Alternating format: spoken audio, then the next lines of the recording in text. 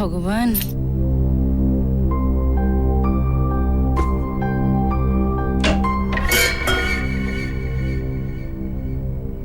কে ওখানে?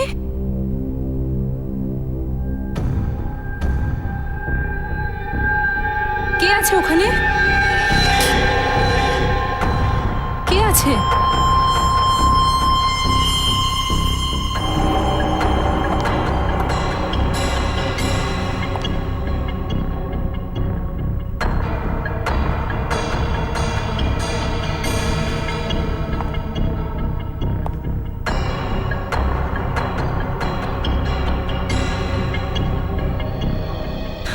আমিও না শুধু শুধু টেনশন করি, কেউ তো নেই এখানে।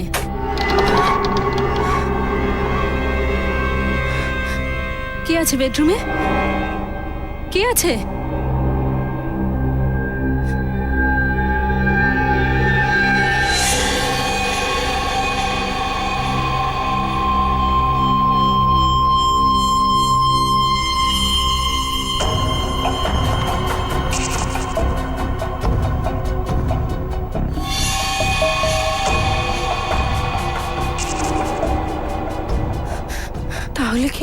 তাহলে কি ওই হুমকির কথাটা সত্যি? তাহলে তো আমার প্রাণে ঝুঁকি আছে। না না, আমি তো শুধু শুধুই ভয় পাই। না না, সাবধান হতে অসুবিধাটা কি আছে?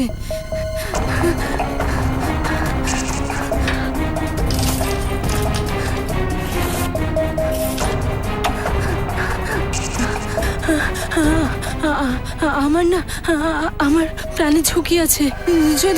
যদি আমার কিছু হয়ে যায় তো আমার মৃত্যুর দায়ী হবে। তুমি ছাড়ো এটাকে, যেতে দাও আমাকে, নাহলে কিন্তু আমি পুলিশকে ডাকবো। ছাড়ো বলছি, ছাড়ো।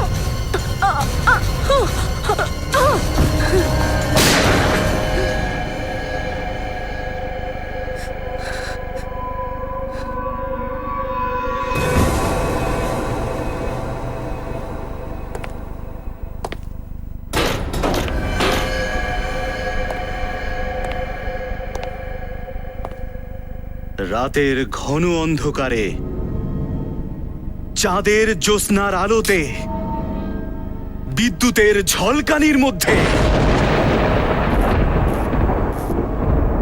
রাজন নিজের চাবিটাকে দিয়ে মেইন গেটটা খুলল।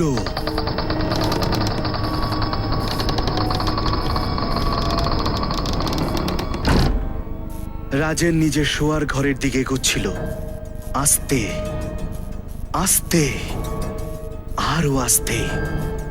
ও ধীরে ধীরে ওর শোয়ার ঘরের দিকে এগোতে থাকলো। আর যেই রাজেন নিজের শোয়ার ঘরের কাছে পৌঁছলো, তখন হঠাৎই একটা হাত পেছন দিক থেকে ওর কাঁধের উপরে আচমকা এসে পড়ল। রাজন চিৎকার করে উঠল। ও পেছন ঘুরে দেখলো যে ওই হাতটা আসলে ওর স্ত্রী অনিতার ছিল। অনিতা খুব ভালো করেই রাজেনকে বলল, সোনা, হ্যাপি বার্থডে। অনিতার হাতে একটা কেক ছিল, আর ওই কেকটার উপরে একটা জ্বলন্ত মোমবাতি ছিল। রেখা, দেখেছো তুমি এই লাইট আর সাউন্ডের এফেক্ট কেমন কাজ করছে? ডিস্টার্ব করো না, শুনতে দাও না। আর এটা হিট হবে, আমাদের এই নভেলটা সারা দেশে তোলপাড় ফেলে দেবে। দেখো, রাজেন খুব প্রেমের সাথেই ওর স্ত্রীর চোখের দিকে তাকিয়েছিল। অনিতা রাজেনকে বলল, এভাবে কি দেখছো? তুমি কি ভেবেছিলে আমি তোমার জন্মদিনটা ভুলে গেছি? রাজেন মুচকি হাসল। অনিতা খুব প্রেমের সাথে রাজেনের হাতটা ধরে আর তারপরে ওকে টেবিলের কাছে নিয়ে যায়। অনিতা ওই কেকটাকে টেবিলের উপরে রেখে দেয়। হঠাৎ করে অনিতা একটা ছুরি তোলে আর খুব দ্রুত রাজেনের দিকে ঘোরে। রাজেন ভয় পেয়ে যায়। তখনই অনিতা বলে, সোনা, তুমি কেক কাটবে না? তখন রাজেন স্বস্তির নিঃশ্বাস ফেলল। রাজেন ওই ছুরিটা অনিতার হাত থেকে নিয়ে নিজের হাতে নিয়ে নেয়। আর তারপরে যখনই ও কেকটা কাটার জন্য ছুরিটা নিয়ে উদ্যত হয়, তখনই অনিতা বলে, দাঁড়াও। রাজেন আবার ভয় পেয়ে যায়। অনিতা হাসে। অনিতা তখন বলল, সোনা, মোমবাতিগুলো তো নেভাও। রাজেন আবার স্বস্তির শ্বাস নেয়। রাজেন একবার ফু দিতেই সমস্ত মোমবাতিগুলো নিভে গেল। ওই মোমবাতিগুলো নিভে যাওয়ার পরেই পুরো ঘরটাকে যেন কালো অন্ধকার গ্রাস করে ফেললো। তখন হঠাৎই একটা গুলি চলার আওয়াজ পাওয়া যায়, আর রাজেন মাটিতে লুটিয়ে পড়ে।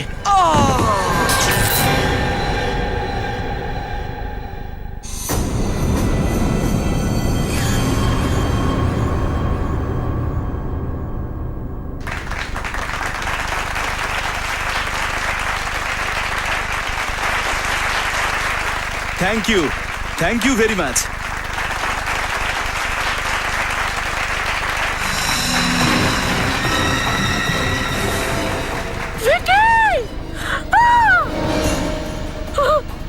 বিক্রম! সিকিউরিটি কাউকে বাইরে যেতে দেবে না, মেইন ডোর বন্ধ করো। বিক্রম! বিক্রম! বিক্রম, কি হয়েছে আরে তোমার? কেউ তো সিআইডি কে ডাকো তাড়াতাড়ি। বিক্রম! বিক্রম! বিক্রম!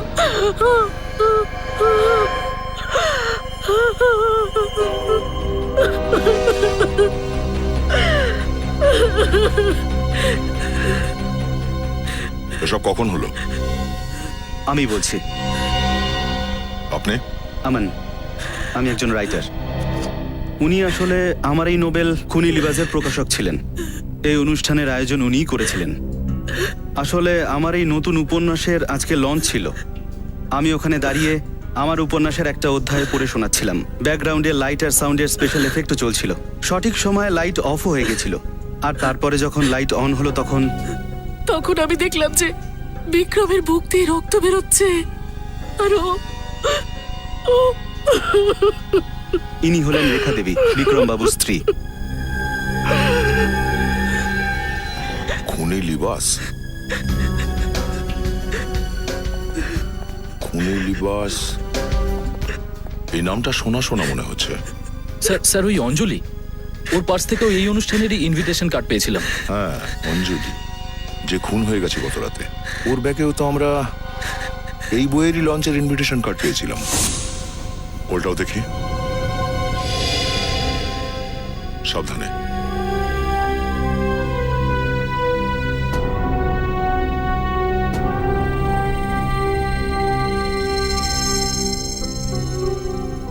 অঞ্জলি আর ওই আতাতাইয়ের মধ্যে ভালো মতো ধস্তাধস্তি হয়েছিল। পরিস্থিতি দেখে মনে হচ্ছে যে অঞ্জলি নিজেকে বাঁচানোর খুব চেষ্টা করেছিল। হ্যাঁ স্যার, বোঝাই যাচ্ছে খুনি খুব নিষ্ঠুরভাবে এনাকে গুলি করেছে। দরজার তালা ভাঙা নেই, ঘরের সমস্ত জিনিস সবকিছু ঠিকঠাক জায়গায় বসানো আছে। মানে ওই আততায়ী রুমের মধ্যে জবরদস্তি ঢোকেনি, অঞ্জলি ওকে ভেতরে ঢুকতে দিয়েছিল। তার মানে দাঁড়াচ্ছে যে অঞ্জলি ওকে আগে থেকে চিনত।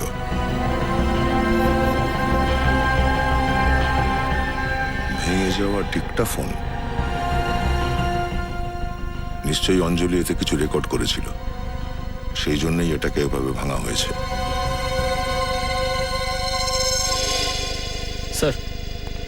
স্যার অঞ্জলির পার্সের ভেতর থেকে এই আইডি কার্ডটা পেলাম। প্রেসের কার্ড? অঞ্জলি তাহলে সাংবাদিক ছিল? হ্যাঁ স্যার, আর তার সাথে এই বুক লঞ্চ ফাংশনের ইনভিটেশন কার্ডও আছে। তার মানে অঞ্জলিও এখানে আসার নিমন্ত্রণটা পেয়েছিল। তাহলে এই দুটো খুনের মধ্যে পরস্পর কোনো সম্পর্ক নেই তো? একটু পেছনে আসুন তো প্লিজ।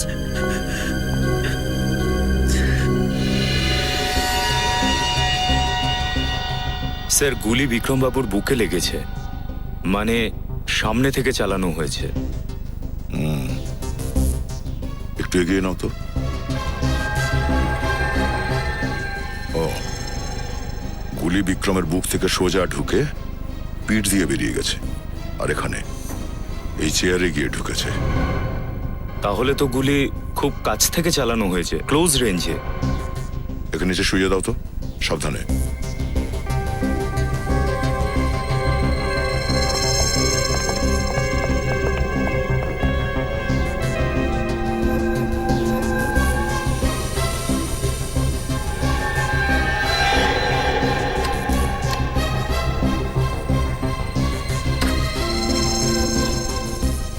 নিখিল, এই নাও একটা লম্বা দড়ি নিয়ে এসো তো। স্যার।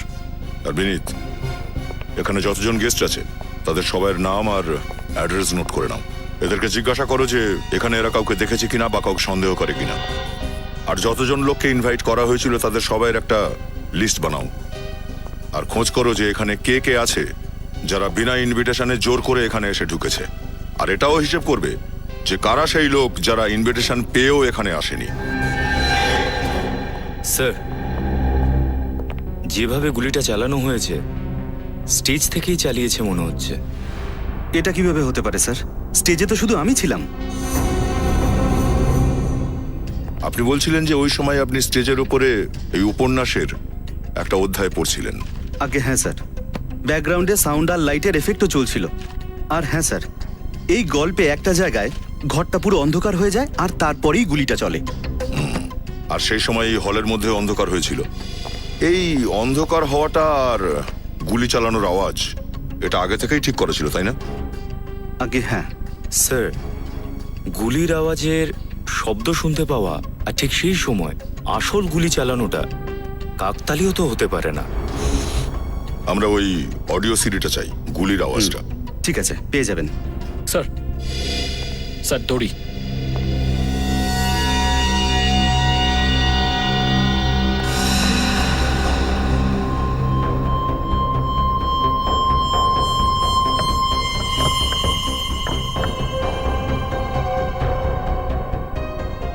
গুলি এখানেই কোথাও আশেপাশে থেকে চালানো হয়েছিল। স্যার, প্রায় 15-20 ফিটের দূরত্ব।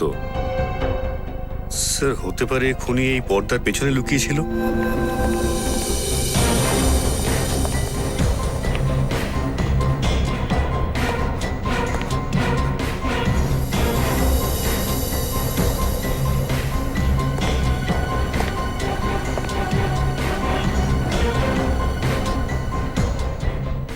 গুলি এই যে এই জায়গাটা থেকে চালানো হয়েছিল, এই দেখো।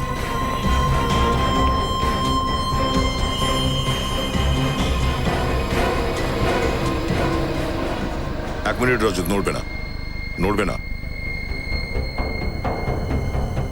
কারোর জুতোর দাগ দেখছি। স্যার, হতে পারে এটা আসলে খুনেরই জুতোর দাগ। যখন দুর্ঘটনা ঘটেছিল তখন ব্যাকস্টেজে যতজন ছিল সবাইকে ডেকে পাঠাও। Yes sir. স্যার, স্যার এরা দুজন ছিল এখানে। তোমরাই ছিলে যখন বাইরে হলে গুলি চলেছিল, তখন তোমরা এখানেই ছিলে ব্যাকস্টেজে? হ্যাঁ, স্যার। কাউকে এখান থেকে পালিয়ে যেতে দেখেছো বাইরে? না স্যার। দেখোনি? আমি দেখেছি স্যার, একটা লোক তাড়াহুড়ো করে পালাচ্ছিল। তুমি চেনো ওকে? স্যার, অন্ধকার ছিল স্যার, অন্ধকারে স্যার কিচ্ছু দেখতে পাইনি। আচ্ছা, ওই লোকটার পরনে ঠিক কি ছিল, কিছু মনে আছে? শার্ট, পাঞ্জাবি বা আর কিছু? স্যার, আরে অন্ধ নাকি, চোখে দেখতে পাস না? স্যার, কালো রঙের কোট পরেছিল স্যার, আর ও খুব তাড়াহুড়ো করে পালাচ্ছিল স্যার। আর ও আমাকে ধাক্কা দিল, তারপর ধাক্কা দিয়ে পালিয়ে গেল স্যার। ঠিক আছে, তোমরা যেতে পারো। সিকিউরিটি গার্ডদের কাছে খোঁজ করতে হবে যে ওরা কোনো লম্বা কালো কোট পরা লোককে দেখেছে কিনা। হ্যাঁ স্যার, লোকটা খুব তাড়ায় ছিল। আমি ওকে কিছু জিজ্ঞেস করার আগেই ও চলে গেল। ও গেল কিসে করে এখান থেকে? গাড়ি করে গেছিল স্যার। গাড়ির নাম্বার দেখেছিলে তুমি? না স্যার। আচ্ছা, ওকে দেখতে কেমন ছিল, ও কি পরেছিল, মুখটা মনে করতে পারো? স্যার, ও কালো কালারের একটা কোট, টুপি আর চশমা পরেছিল। স্যার, ওই হলের লোকটাও আমাদের একই বর্ণনা দিয়েছিল। এইটাই সেই লোক যার খোঁজ করছি আমরা। আচ্ছা, তুমি ওর স্কেচ বানাতে সাহায্য করতে পারো?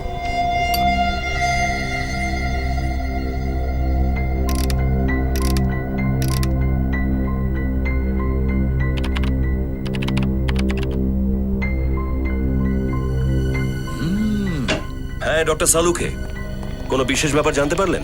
বিশেষ ব্যাপার এটা অভিজিৎ, এই যে দুটো বুলেট তোমরা দেখছো, এর মধ্যে এই বুলেটটা আমি অঞ্জলির বডি থেকে পেয়েছি, আর এই বুলেটটা আমি বিক্রমের বডি থেকে পেয়েছি। আর দুটো বুলেটই .32 ক্যালিবারের বন্দুক থেকে চলেছে। এইখানে দেখো, এটা দেখতে পাচ্ছ? দুটো গুলির মধ্যেই গান ব্যারেলের একরকম চিহ্ন আছে, একদম আইডেন্টিক্যাল। এটার মানে হলো অঞ্জলি আর বিক্রান্তকে একই বন্দুক থেকে মারা হয়েছে। মিস্টার বিক্রান্ত ওই উপন্যাস খুনি লিবাসের প্রকাশক ছিলেন, আর অঞ্জলি ওই বুক লঞ্চিং প্রোগ্রামে আসতো কিন্তু আসতে পারেনি।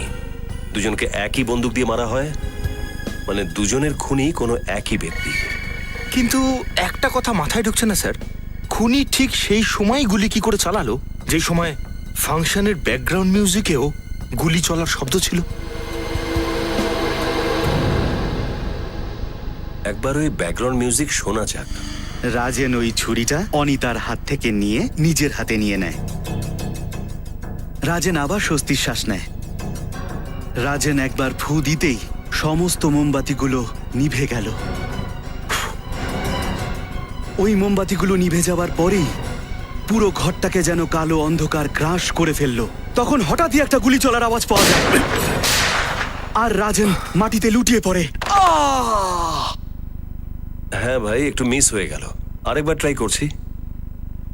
সচিন, আরেকবার মিউজিক অন করো। সমস্ত মোমবাতিগুলো নিভে গেল। ওই মোমবাতিগুলো নিভে যাওয়ার পরেই পুরো ঘরটাকে যেন কালো অন্ধকার গ্রাস করে ফেললো। তখন হঠাৎই একটা গুলি চলার আওয়াজ পাওয়া যায়, আর রাজেন মাটিতে লুটিয়ে পড়ে।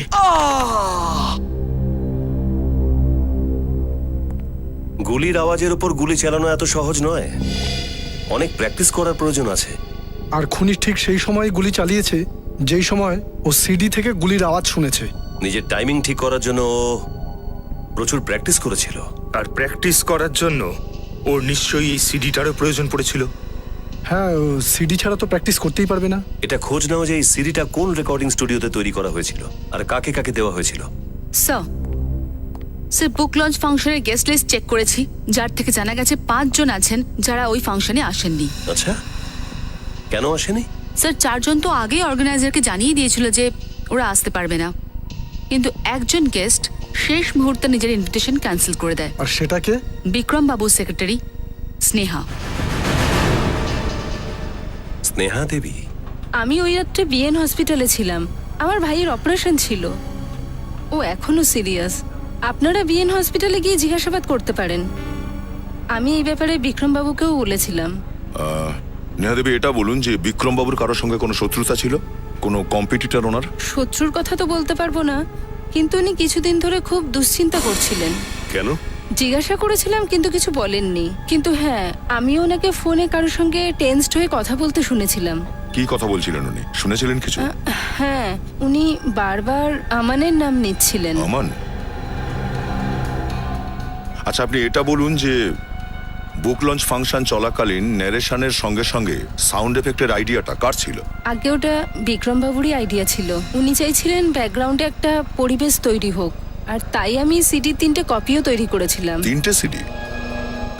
কিন্তু এই অডিটোরিয়ামে তো আমরা 2টো মাত্র সিডি পেয়েছি। তো এই 3টে সিডি কার কার জন্যে? একটা বিক্রম বাবুর জন্য, আমানের জন্য, আর একটা আমার জন্য। ও, তো আপনি কি আমাদের এই অডিও সিডিটা দিতে পারেন?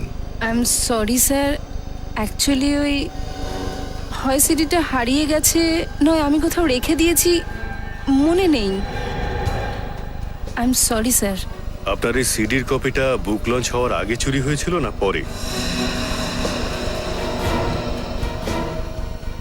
আগে, অনেক আগে। আগে? থ্যাংক ইউ নেহা দেবী। যদি আপনাকে আবার কোনো প্রশ্ন করার থাকে তো ডেকে পাঠাবো আমরা। Thank you. স্যার, এই তৃতীয় সিডির ব্যাপারটা কি বলুন তো, ঠিক বুঝতে পারছি না। আচ্ছা, কেউ এই সিডিটা চুরি করেনি তো? কিন্তু কেন? কে করবে কাজ? সেটাই তো জানতে হবে আমাদের। প্রথমেই আমানকে মিট করি, চলো। Most welcome. Thank you very much sir. Thank you.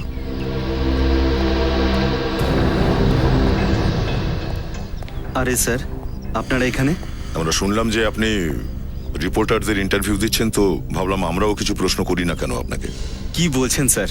জার্নালিস্টদের প্রশ্নের উত্তর দেওয়া আর সিআইডি অফিসারদের প্রশ্নের উত্তর দেওয়া অনেক পার্থক্য স্যার। হ্যাঁ, পার্থক্য তো অবশ্যই আছে। রিপোর্টারদেরকে উত্তর দেব না বলা যেতে পারে, কিন্তু সিআইডি অফিসারদের উত্তর তো দিতেই হয়। আপনি ভালো বলেছেন তো, আপনার তো লেখক হওয়া উচিত ছিল। না না, আমি এতেই খুশি আছি।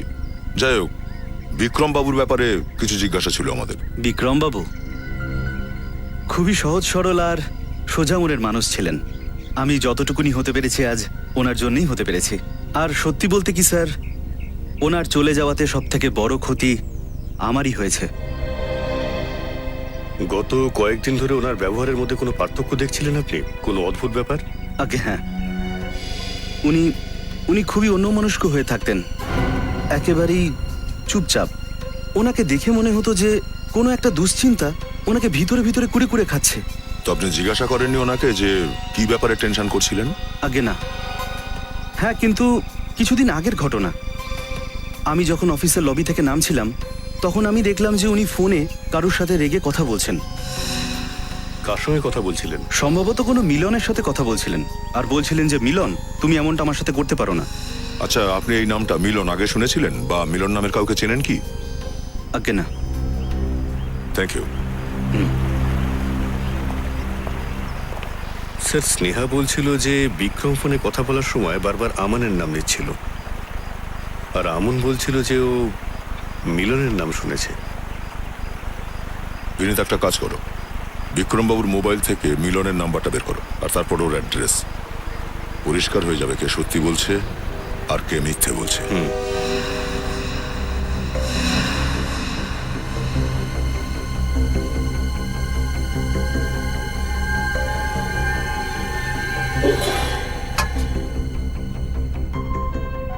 ফ্যান চলছে, আলমারি খোলা রয়েছে, খাবারও যে কে সেই, জানলাও খোলা রয়েছে দেখছি। মানে এখান থেকে খুব তাড়াতাড়ি পালিয়ে গেছে, কিন্তু নিশ্চয়ই আমাদের জন্য কিছু রেখেও গেছে। ঘরটাকে চেক করো।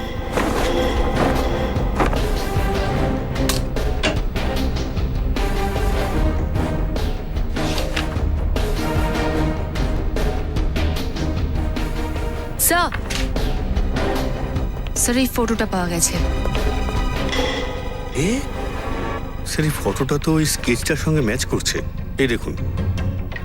ও, মানে ওটা মিলনই ছিল যে বুক লঞ্চে গিয়েছিল। চেক করো, দেখো আর কি পাওয়া যায়।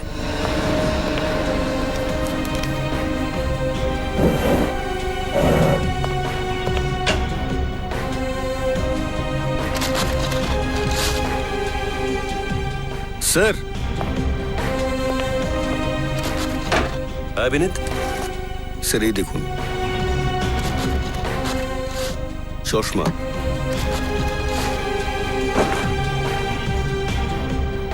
হ্যাঁ, ওয়াচম্যানও তো বলেছিল না, গুলি চলার পর যে লোকটা গেট থেকে বেরিয়েছিল সে এইসবই পড়েছিল, কালো কোট, চশমা আর টুপি। মানে স্যার, বুক লঞ্চে মিলন বিক্রমকে খুন করার পর প্রথমে বাড়িতে চলে আসে, তাড়াহুড়ো করে জিনিসপত্র গোছায়, তারপর এখান থেকে পালিয়ে যায়। কারেক্ট। স্যার, স্যার এই ডাস্টবিন থেকে এই পেপারগুলো পেয়েছি। স্যার দেখুন, মনে হচ্ছে এতে কিছু আঁকা আছে।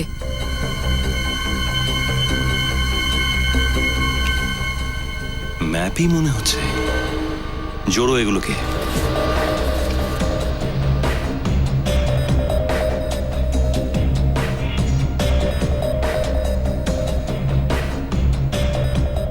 Blue pearl, blue pearl. খোঁজ নিয়ে দেখো এই জায়গাটা কোথায়। নিখিল, তুমি একদম নিশ্চিত তো এটাই সেই জায়গা? হ্যাঁ স্যার। স্যার ওই কাগজে যে ল্যান্ডমার্ক ছিল সেই অনুযায়ী এই হোটেলটাই, আর হোটেলের আশেপাশে এই একটাই ফার্ম হাউস আছে।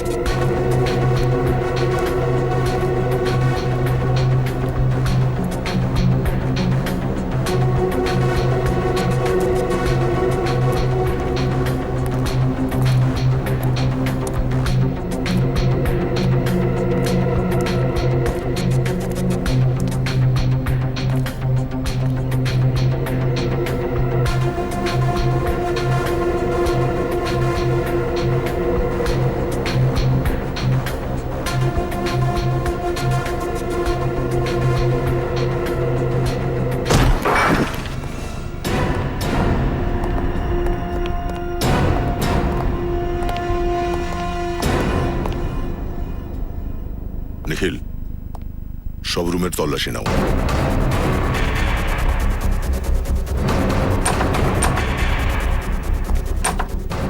স্যার হ্যাঁ নিখিল, স্যার এই দেখুন স্যার। স্যার এই সেট আপটা তো পুরো ওরকমই সেট আপ যেমনটা সেদিনের ওই বুক লঞ্চ ফাংশনে ছিল। হ্যাঁ, স্যার এর মানেটা কি হতে পারে?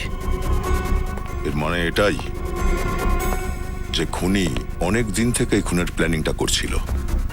ও ওই জায়গাটার পুরো লেআউটটা জানতো। ও এটাও জানতো যে ওই ফাংশনে বিক্রমবাবু কোন জায়গাটায় বসে থাকবে।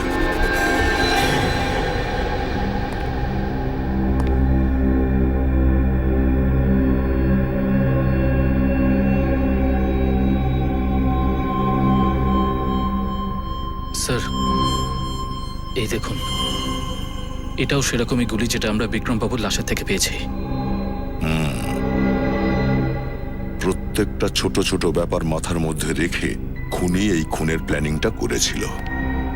বোঝা যাচ্ছে না যে ঠিক কতদিন ধরে খুনি এই প্ল্যানিংটা করেছিল। এই যে টার্গেট প্র্যাকটিস, এই দেখো এসব গুলিগুলো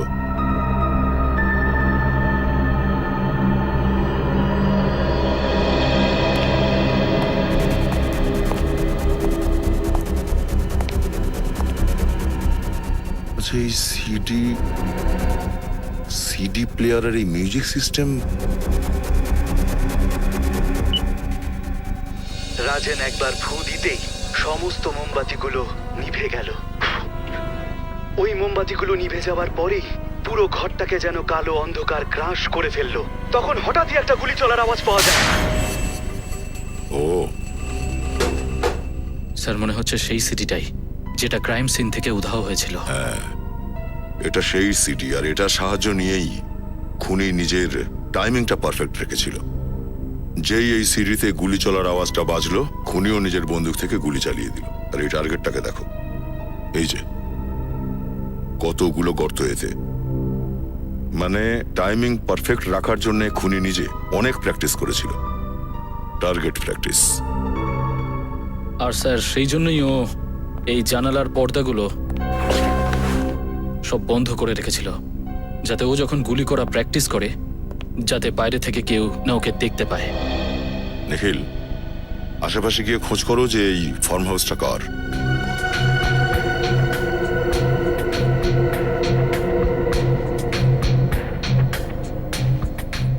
শেল।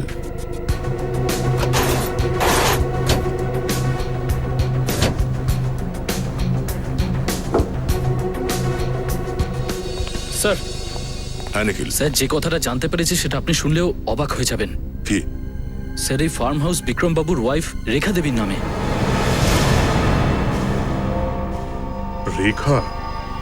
আমি সত্যি বলছি, আমাদের ফার্ম হাউসে আমার স্বামীকে মারার যে চক্রান্ত চলছিল সেই সম্পর্কে আমি কিচ্ছু জানতাম না স্যার।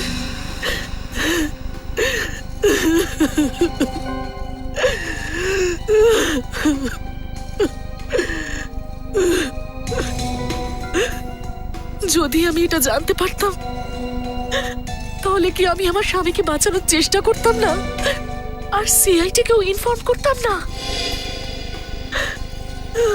এই ফার্ম হাউসের চাবিটা কার কার কাছে থাকে? একটা চাবি আমার কাছে থাকে আর দ্বিতীয়টা বিক্রমের কাছে থাকতো। যখনই ওর ইচ্ছে করতো তখনই ওখানে চলে যেত। অনেক দিন হয়ে গেল আমি তো ওই ফার্ম হাউসে যাইও নি। আচ্ছা, বিক্রান্ত বাবু আপনাকে কখনো মিলন নামের কোনো লোকের কথা বলেছিল কখনো? না স্যার, এই নামটা তো আমি প্রথমবার শুনছি। আপনি কি এর মধ্যে কখনো আপনার স্বামীর ব্যবহারে কোনো রকম পরিবর্তন দেখেছিলেন? হ্যাঁ, বেশ কয়েকদিন ধরে বিক্রমের ব্যবহার অদ্ভুত হয়ে গেছিল। ও কোথায় যাচ্ছে, কার সঙ্গে কথা বলছে, কখনো কিচ্ছু বলতো না। সকালেও তাড়াতাড়ি বেরিয়ে যেত আর রাতেও দেরি করে ফিরতো। তো আপনি কখনো জানতে চাননি? অনেকবার জিজ্ঞেস করেছি, কিন্তু ও তো আমার সমস্ত প্রশ্নের উত্তর দেওয়া বন্ধ করে দিয়েছিল। ওকে কিছু জিজ্ঞেস করলেই শুধু চুপ করে থাকতো। ঠিক আছে রেখা দেবী, এখন আপনি যেতে পারেন। দরকার পড়লে আমরা আবার আপনাকে ডাক। আসুন।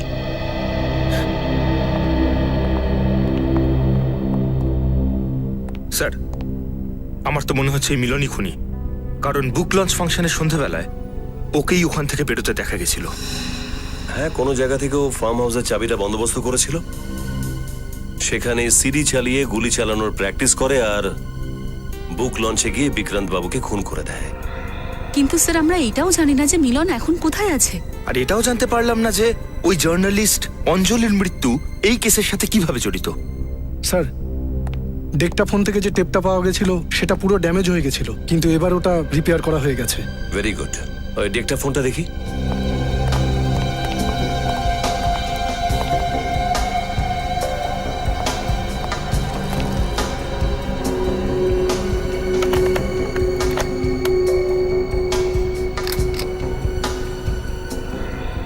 আমার আমার প্রাণের আশঙ্কা আছে। আমি আমি মার্বে রোড ফ্ল্যাট নাম্বার 5-এ এখানে একাই থাকি।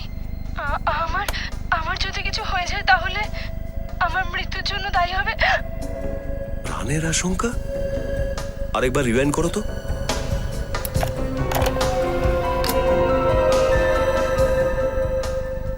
আমার আমার প্রাণের আশঙ্কা আছে। আমার প্রাণের ভয় রয়েছে। আমি মার্বে রোড ফ্ল্যাট নাম্বার 5-এ এখানে একাই থাকি। আমার মৃত্যুর জন্য দায়ী হবে। মার্ভে রোড? Flat number 5? এই আরেকবার চালাও তো। আমার আমার প্রাণের আশঙ্কা আছে। আমি মার্বে রোড ফ্ল্যাট নাম্বার 5-এ এখানে একাই থাকি। হ্যাঁ sir, sir flat number 5 Marve road, ছেলেদের কলোনির কাছে। এই টেপটা থেকে দুটো কথা তো বুঝতে পারলাম। অঞ্জলির প্রাণের আশঙ্কা ছিল, আর মরবার আগে ও ঠিকানা বলেছিল ফ্ল্যাট নাম্বার 5 মার্বে রোড, জেলে পট্টির আশেপাশে কোনো জায়গায়। দেখছি কে থাকে এই অ্যাড্রেস। আমরা সিআইডি থেকে এসেছি, আপনাকে জিজ্ঞাসাবাদ করার আছে। কিছু মনে করবেন না, আপনার নামটা জিজ্ঞেস করা হয়নি। মৃদুলা। মৃদুলা? হ্যাঁ। মৃদুলা দেবী আপনি একাই থাকেন? হ্যাঁ, না মানে আমার স্বামীর সঙ্গে শৈলেশ, কিন্তু আপাতত উনি কিছু কাজের জন্য 3 মাস ধরে উনি গ্রামেই আছেন। ও আচ্ছা, আপনি কোনো অঞ্জলিকে চেনেন? অঞ্জলি? এক সেকেন্ড, এই হলো তার ফটো। কে? অঞ্জলি একজন সাংবাদিক ছিলেন। আগে না, আসলে আমি শুধু ওই সবজি টবজি কেনার জন্যই বাড়ি থেকে বেরোই। আমি কোনো সাংবাদিককে চিনি না। সবজি টবজি কিনতে যখন আপনি বাইরে যান তখন হয়তো একে কোথাও রাস্তাঘাটে দেখেছেন বা শুনেছেন। আগে না।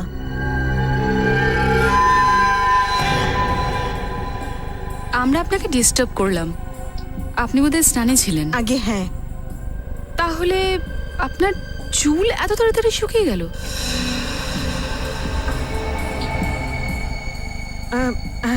আসলে আমি শ্যাম্পুটা করতেই যাচ্ছিলাম, আর তখনই আপনারা চলে এলেন। এবার আপনারা চলে গেলে আমি শ্যাম্পুটা করে নেব। তার মানে আপনি বলতে চাইছেন যে আমরা চলে গেলে আপনি খুশি হন? আগে আগে না, কিন্তু যদি জল চলে যায় তাহলে খুব সমস্যা হবে। না না, কোনো ব্যাপার না, আমরা আবার আসবো। Thank you, thank you.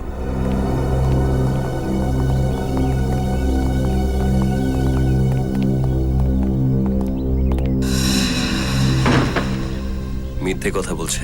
হ্যাঁ স্যার, ওই শ্যাম্পুর ব্যাপারটা তো একেবারে মিথ্যে। ইচ্ছে করে দরজাটা খুলতে দেরি করেছে। শ্যাম্পুর ব্যাপারটা তো একটা বাহানা। কিন্তু স্যার এমনটা করলো কেন? হলের দেওয়ালে একটা জায়গা খালি ছিল, দেখে মনে হচ্ছিল যে ওখানে কোনো পেন্টিং ছিল বা কোনো ফটো ফ্রেম ছিল। মানে স্যার এক্ষুনি আমাদের বাড়িতে ঢোকার আগে ও ওখান থেকে ওই পেন্টিং বা ফটো ফ্রেমটা সরিয়ে ফেলেছে। মনে তো হচ্ছে তাই। কিন্তু এরকম করবে কেন স্যার? ও হয়তো চাইনি যে আমরা ওই ফটো ফ্রেম আর পেন্টিংটা দেখি। স্যার এরকম বিশেষ কি থাকবে ওই ফটো ফ্রেম বা পেন্টিংয়ে? এটারই তো খোঁজ নিতে হবে পুরবি। চলো প্রতিবেশীদের সাথে কথা বলা যাক।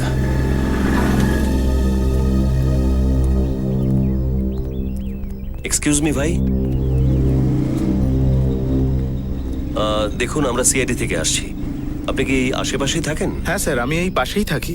ও ও তাহলে তো আপনি নিশ্চয়ই শৈলেশবাবু আর মৃদুলাকে চেনেন। হ্যাঁ, খুব ভালো করেই চিনি। কি কি জানেন ওদের ব্যাপারে? আই মিন, ওদের ব্যাপারে এমন কোনো কথা যেটা আপনার অদ্ভুত মনে হয়, কোনো অস্বাভাবিক কিছু? হ্যাঁ স্যার, অ্যাকচুয়ালি স্যার ওরা দুজনে খুব মিশুকে লোক স্যার, কিন্তু গত কিছুদিন যাবৎ ওদের আচরণ খুব অদ্ভুত লাগছিল স্যার। অদ্ভুত মানে? হঠাৎ আমাদের সবার সাথে কথা বলা বন্ধ করে দিল, কেমন যেন চুপচাপ থাকে। তো কোনো কারণ জিজ্ঞাসা করেনি? জিজ্ঞেস করেছিলাম স্যার, কোনো উত্তর দেননি, কথাটা ঘুরিয়ে দিয়েছিলেন। ও আচ্ছা, ওদের বাড়িতে তো আপনি আসা যাওয়া করেন নাকি? হ্যাঁ, বেশ কয়েকবার গেছি। I see. তাহলে তো আপনি ওদের হলের মধ্যে যে ছবিটা আছে সেটা দেখেছেন? ওই যে ওই ছবিটা, মানে বড় একটা ফ্রেমের মধ্যে ওই সামনে, কিসের জন্য ছবিটা ছিল? বিয়ের ছবি স্যার, মৃদুলা দেবী আর শৈলেশ বাবুর বিয়ের ছবিটা তো স্যার। আপনারা ওই ছবিটার কথাই বলছেন তো? আচ্ছা আচ্ছা, হ্যাঁ, ওটাই। আচ্ছা, এই শৈলেশ বাবু কোথায় কাজ করতেন? শপিং আর্কেডে স্যার। কোন শপিং মার্কেট? ওই, হ্যাঁ, আর্কলাইন শপিং আর্কেড স্যার। আচ্ছা আচ্ছা, thank you very much. Okay sir. Sir, Mridula Devi ওই নিজের হাজবেন্ডের বিয়ের ছবি আমাদের কাছে কেন লুকুলেন? হয়তো শৈলেশ বাবুর পরিচয় গোপনের জন্য। Arkline shopping arcade. Excuse me.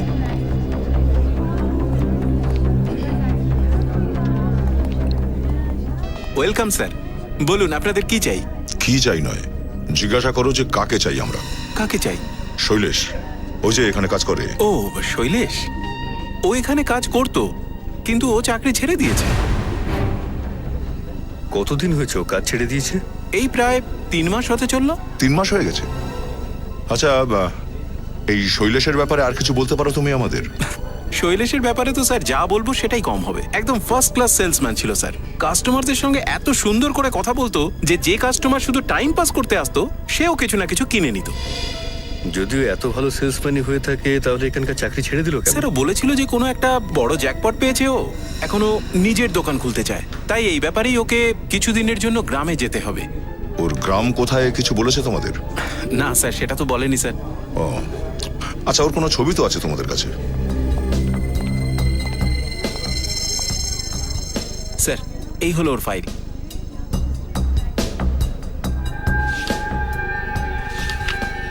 ও, এ শৈলেশ, ধরে নিও ওকে স্যার। না, এক্ষুনি নয়, আরো একটা কাজ বাকি আছে আমাদের।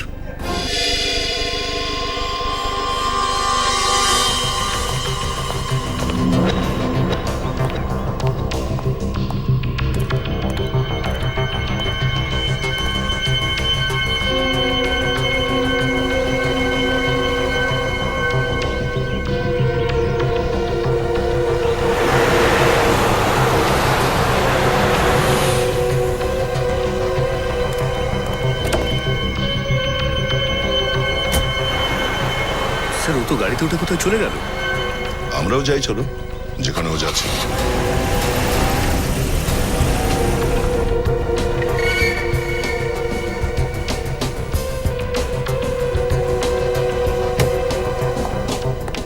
শোনো, আমি আর সহ্য করতে পারছি না, আমার টাকা দিয়ে দাও, তারপরে আর আমি তোমার সামনে কোনোদিন আসবো না। টাকা তো দিয়ে দিয়েছি, এখন আরো টাকা কোথা থেকে আনবো? তুমি কি আমাকে বোকা ভাবছো? তুমি কি ভাবছো আমি জানি না তোমার কত বড় চক্কর চলছে? আরে আমার কোনো রকম চক্কর চলছে না ভাই, আমাকে বিশ্বাস করো। আর হ্যাঁ, যত টাকার কথা হয়েছিল সেই সব টাকা তোমাকে দিয়ে দিয়েছি। এবার আমাকে বিরক্ত করা বন্ধ করো প্লিজ। তুমি বাজে বকা বন্ধ করো, অনেক হয়েছে। ভালো কথায় কাজ হবে না। মিলন, দেখো এই বন্দুক, প্লিজ এই বন্দুকটা তুমি চালিও না। হ্যাঁ, তুমি এভাবে আমায় গুলি করতে পারো না। আমরা শান্তিতে বসে একটু কথা বলতে তো পারি। আরে তোমার যত টাকার দরকার সেই সব টাকা আমি দেবো। আমি আমি আমি কথা দিচ্ছি তোমায়। আর প্লিজ এই বন্দুকটা নিচে নামিয়ে রাখো। হ্যাঁ, নামাও প্লিজ। এই বন্দুকটা আমার অনেক আগেই বের করা উচিত ছিল, লেট হয়ে গেছে। মানে কিন্তু সিআইডির কখনো ঢুকতে লেট হয় না। হাত উপরে কর, নড়বি না একদম। বন্দুক দে। ভালোই হয়েছে স্যার আপনারা চলে এসেছেন, এই পাগল লোকটার হাত থেকে আমাকে বাঁচান। তোমার ভয় পাওয়ার কিছু নেই, আর তোমার কিছু হবে না। ধন্যবাদ স্যার, আপনাদের অনেক অনেক ধন্যবাদ। আপনারা আমায় প্রাণে বাঁচিয়েছেন। নিখিল, হাত কড়ি লাগাও, এবার কাস্টাডিতে নাও। স্যার, আমি কি করেছি স্যার? স্যার, আমি কোনো দোষ করিনি, আমাকে গ্রেফতার করবেন না স্যার।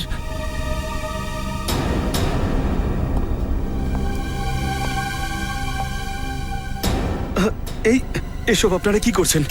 আপনারা আমাকে কেন গ্রেপ্তার করছেন? এসব ড্রামা বন্ধ করে এবার শৈলেশ। শৈলেশ? কে শৈলেশ স্যার? আপনারা তো জানেন আমি অমন, আর এই পুরো খেলাটা তো মিলনের। আমি নির্দোষ স্যার, আমি কিচ্ছু করিনি। এত ভালো সাজার আর কোনো দরকার নেই। আমাদের কাছে যথেষ্ট প্রমাণ আছে যে তোর আসল নাম আমন নয়, শৈলেশ নাম তোর। আর্কলাইন শপিং আর্কেডের কর্মচারীদের রেজিস্টারে তোর নাম আছে, বুঝেছিস? আর ওখানে তোর ফটোও আছে। তো মিস্টার শৈলেশ, আর তো তোকে বড় লেখক বলা যায় না। মিলন, বিক্রম বাবুকে কি করে চিনতে? যখন দুজন পাবলিশার আমার গল্পটা ছাপবে না বলে দিল, তখন আমি ওনার কাছে গেছিলাম। আমার গল্পটা ওনার ভীষণ পছন্দ হয়েছিল, কিন্তু উনি বললেন যে ওটা অন্যের নাম দিয়ে ছাপবেন।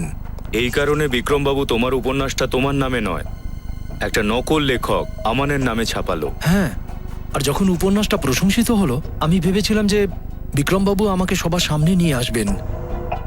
কিন্তু ওনার তো মনে হয়েছিল যে দুনিয়া এটা কখনোই মেনে নেবে না যে আমার মতো দেখতে একজন সাধারণ মানুষ লেখক হতে পারে।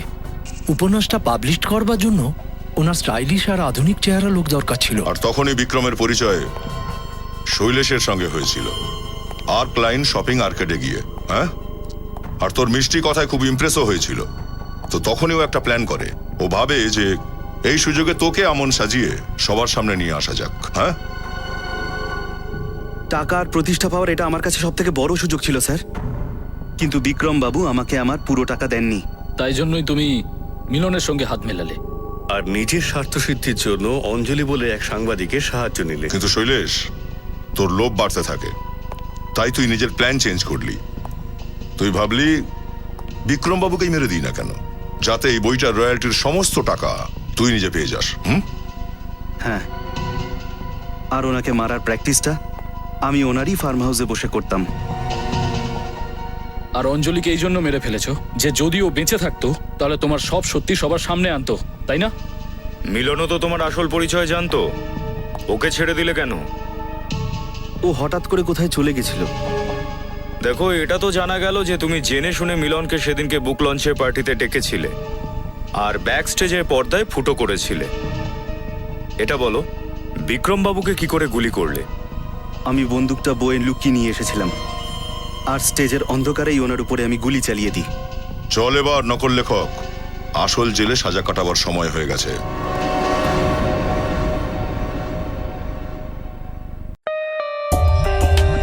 For more updates, subscribe to our channel, click the show links and enjoy watching the videos.